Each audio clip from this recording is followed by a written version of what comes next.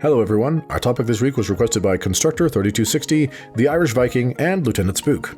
We'll be going over the Inquisition from the Dragon Age franchise. Spoilers for the Dragon Age franchise.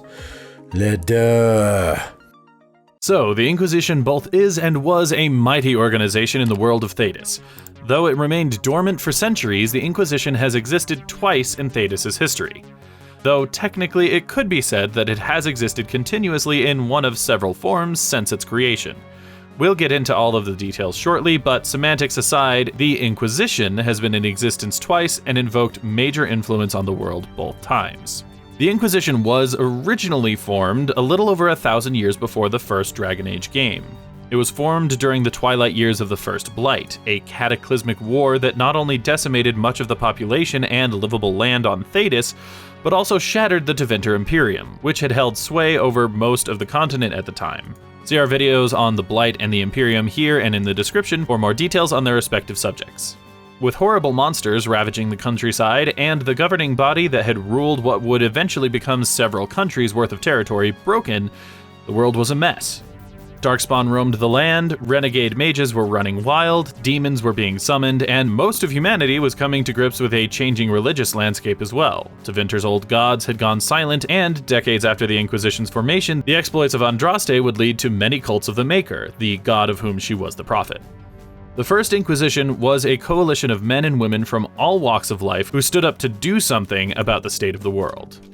Interestingly, some of the dates concerning the end of the First Blight, Andraste's crusade, and subsequent death, as well as the founding of the Chantry, make the exact year of the Inquisition's original founding hard to place, as events said to correlate to the Inquisition's founding and/or mission are noted as taking place both decades before and decades after the presumed time frame of the Inquisition's creation.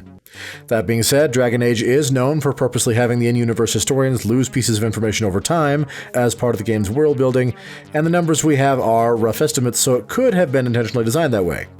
Alternatively, dates and numbers simply changed with rewrites as successive games were released, and it is unclear which is the case. Either way, from a lore perspective, the tone of the world when the Inquisition was formed was generally a chaotic, deadly mess. The Inquisition's goal then was to seek out and eradicate the source of problems beyond the abilities of the common man to deal with, namely, dangerous mages, demons, abominations, and the like. The Inquisition did this job, and seemingly did it very well, for several decades, roughly 120 years, give or take, answering to no one, though to be fair, the state of the world's nations when they began was such that it might almost have been harder to seek permission than it would have been to ask forgiveness. History being history, the Inquisition's activities during this long time period are generally cast into one of two lights. In some stories, theirs was a reign of terror, handing down judgment from on high, the naysayers be damned. In other versions of the tale, their negative portrayal in history comes from the fact that they applied justice evenly, respecting neither person nor station, and in doing so pissed off a lot of powerful people. Whatever their story though, they were evidently incredibly effective. We know this because roughly 120 years after their formation, the Chantry, a group that would eventually become the dominant religion in Thedas, which had only been officially operating for a little over 20 years by that point, approached the Inquisition with the intent of merging their forces, something they would have had no reason to do if the Inquisition wasn't a formidable power in its own right. By this time, the Second Blight had begun, and people like the Inquisition were valuable. The Inquisition's members were hunters. They sought out and destroyed anything vile and weird, including mages. The early Chantry, however, recognized the benefit that mages could be to society, assuming they were controlled rather than left to run wild, especially for things like combating the Darkspawn. After an unknown period of deliberation, the Chantry and the Inquisition signed the Nevarin Accords, a series of documents in which the Chantry and the Inquisition agreed to merge forces. The Inquisition officially disbanded, becoming the Templar Order, the military arm of the Chantry. Together, the two groups formed the Circle of Magi, and began cloistering mages into circles, where the Templars would guard the people from the mages from the people, and when necessary, protect the mages from themselves by culling those that were possessed by demons and the like. The Inquisition's greatest officers became the Seekers of Truth, a sort of secret police force that answered directly to the Divine, the head of the Chantry, as well as monitored the Templars for corruption in their own ranks. As another note on history being history, there are some accounts indicating that the Inquisition's original and true name had actually been the Seekers of Truth, and the officers of the organization simply kept the name when they began working for the Chantry, with the title Inquisition being a derogatory slang term spread by their enemies. Whether or not this is true is unknown, however, by the time of the games, the group is remembered by the name Inquisition. Fast forward about 1,000 years to the time of the games, and the Inquisition resurfaces once more in the unsurprisingly named third game, Dragon Age Inquisition. By the time of the game, the world is in a state not dissimilar to the times of the original Inquisition's founding. The fifth and most recent blight had been routed, but was still in everyone's recent memory, having occurred a mere decade or so beforehand. More pressing to most people's minds, though, were the events of the Mage Rebellion and the subsequent Mage Templar War, which was still ongoing. For years, tensions had been slowly building between the two factions, as at least in the two circles the players are exposed to over the course of the series, some would claim it wasn't nearly as bad everywhere else, mages were kept more like quasi-willing prisoners in their circles, while the Templars had become much more like jailers, with a range of shady corruption and sadism on both sides. At the climax of Dragon Age 2, the powder keg was ignited. Shortly thereafter, full-blown war broke out between mages and Templars, with everyone else caught in the middle. When the head of the Templar Order zealously misconstrued the Divine's attempts at saving lives and maintaining peace as being support for the mages over the Templars, he declared the Nevarin Accords null and void, packed up most of his Templars, and proceeded to make war with the mages on his own terms, citing that he was going back to the old ways. His Templars were not the True Inquisition, however. The True Inquisition would be formed about a year later under the direction of the right and left hands of the Divine, her most trusted agents.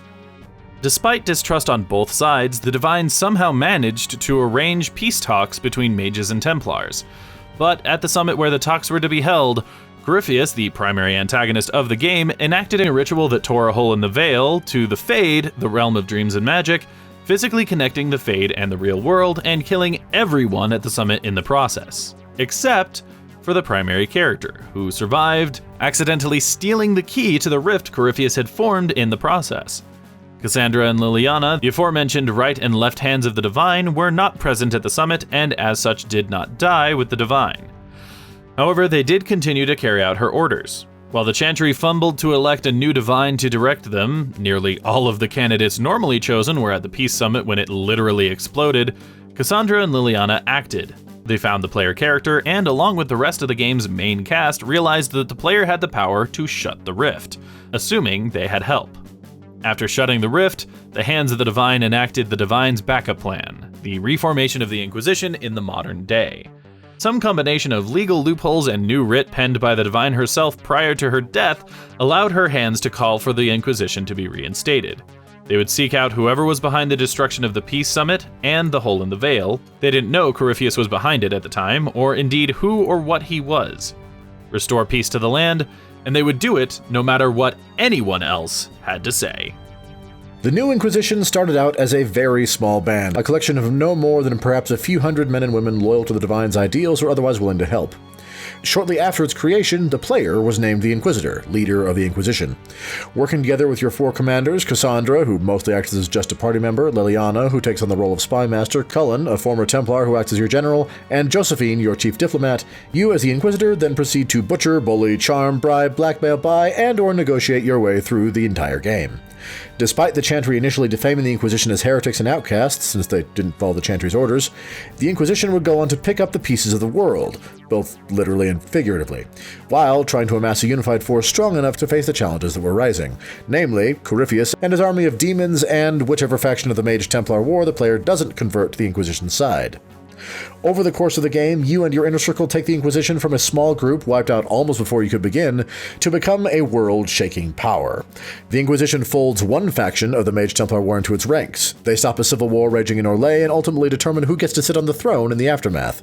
The Inquisition even amasses enough clout to pick the next Divine by the game's end.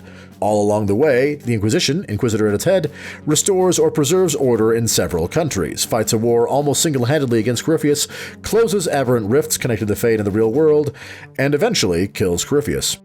For 2 years after the events of the primary game, the Inquisition continues, eventually mopping up every rift and re-establishing order in various countries, giving their resident governments time to breathe and regain control on their own. While the Divine, who was always a member of the player's inner circle, brings order to the Chantry. Then, after the danger has seemingly passed, the Exalted Council is called. The two countries that most of the game takes place in, also the two countries that the Inquisition is headquartered roughly in between, have called a meeting to make demands of the Inquisition, with the Divine acting as a mediator for the proceedings. The government of one country demands that the Inquisition be made subject to them and be absorbed into their military, much like the original Inquisition and the Chantry centuries prior. Audaciously, this is the very country whose monarch sits on their throne because of you. The other country simply wants the Inquisition disbanded. Both countries, and its inferred other surrounding nations, have begun to grow wary of the Inquisition's power, as the players' organization at this point nearly rivals either country in power, though not in scope. As the Exalted Council goes on, a former party member, Solus, is set up to be the primary antagonist of the as-yet unreleased Dragon Age 4, admitting to the player his plans to destroy this world in order to return the world he once knew. In doing so, he reveals that the Inquisition has become so large that it is now more vulnerable to infiltration than ever before, as he knows not only his own spies, but spies for the Kunyari, the other antagonists encountered during the Exalted Council missions, and presumably other factions fill the Inquisition's numbers. Afterward, the Inquisitor is left with several flavors of two choices. Allow the Inquisition to continue, downsizing it and folding it into the Chantry, working directly under the Edict of the Divine rather than working for either nation, or disband the Inquisition entirely. Either way, the Inquisitor sets off to put a stop to Solus's plans, either with a powerful, more vulnerable Inquisition at your back, or a weak but likely trustworthy Inquisition at your back, as a handful of its members stay by the Inquisitor's side. Whatever the player's decision, the Inquisition has already left a deep mark on the world, and may play a role in the events to come. And that's basically the Inquisition, historic organization of the Dragon Age franchise. We hope you enjoyed this video. If you did, please leave us a like and maybe share it with someone you know might like it. If you have ideas you'd like to see in the future, do like Constructor 3260, The Irish Viking, and Lieutenant Spook, and let us know in the comments down below. If you'd like to see more videos from us in the future, be they lore, let's play, or other, go ahead and hit that subscribe button. In the meantime, this has been True Masters and Morons, signing off.